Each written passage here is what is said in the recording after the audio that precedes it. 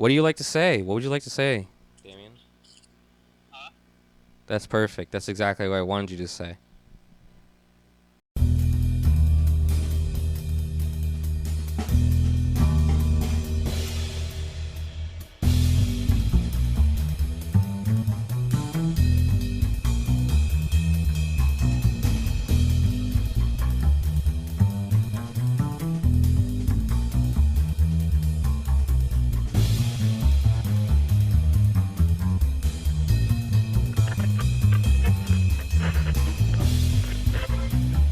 I don't think I've ever posted a video before. Let's change that.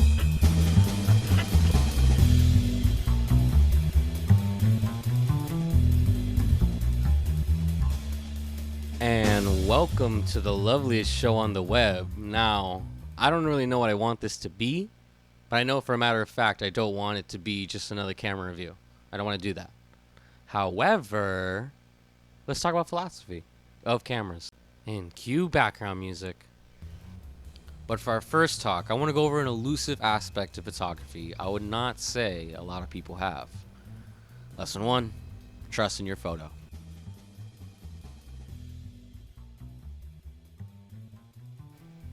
I feel as though too many photographers have become consumed by a superiority complex that comes with the sport, in all honesty, of I need to take the best photo and I need to have the most XYZ in their photo.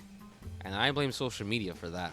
And this video is not about social media. It's about you in particular, or me, or any photographer. But there are sins we're definitely guilty of in photography that lead to us believing we need to be the best, to take the best, to be something more than we're not, in a sense. And I'm guilty of that sin. And for that, I hope to never pay.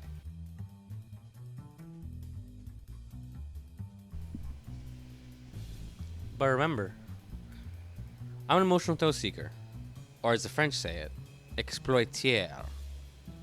No, they don't. They don't say that.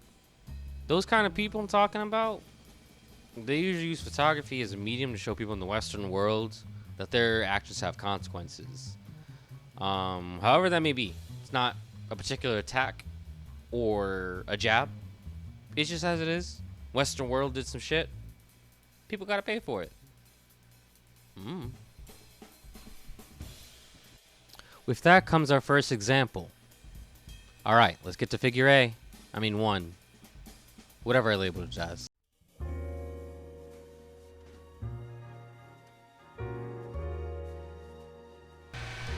Oh, hi there. Sorry to show that to you, but it won an award.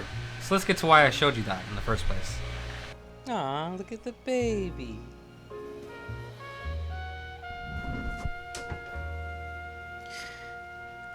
Feelings about death and gore aside, you have to look past that if you want to be a photographer. You have to look past that and see the wider picture. Now, with that being said, emotional feelings do come into play. You have to keep that into account. Lesson number 2.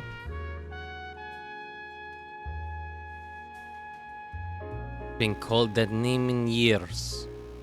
The decisive moment. Is that really what I am to you? The term the decisive moment was coined by a French photographer, Henri Cartier-Bresson, who would later go on to found Magnum Photography, along with his contemporaries Robert Capa and William Seymour.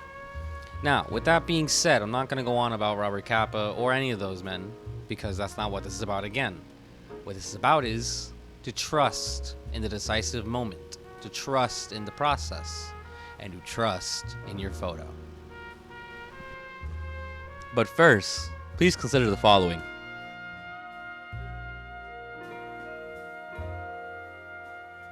So I primarily shoot on film. Now, that doesn't make me anything different than a digital photographer, in my opinion. With that being said, I do develop and I scan at home, which leads me to my same conclusion every time. Trusting your process is just as much as trusting in your photo. If you know your process well enough where you can do it blindfolded, well, I mean, you have the photo already there. It's just a matter of capturing the moment. You know how you trust in the process? Trial and error. It's all about trial and error. Seriously. It's about getting something wrong, knowing how you fucked up, fixing that, making it better. The scientific method. Da-da! Thank you once again for tuning in to the most show on the web. I hope you enjoy the production of the first 2 lessons that I have to give to you. With special guest star, me. Starring, me. Written and directed by, me once again. And with a special thanks to, who else do you think? Your mother? No, she didn't help.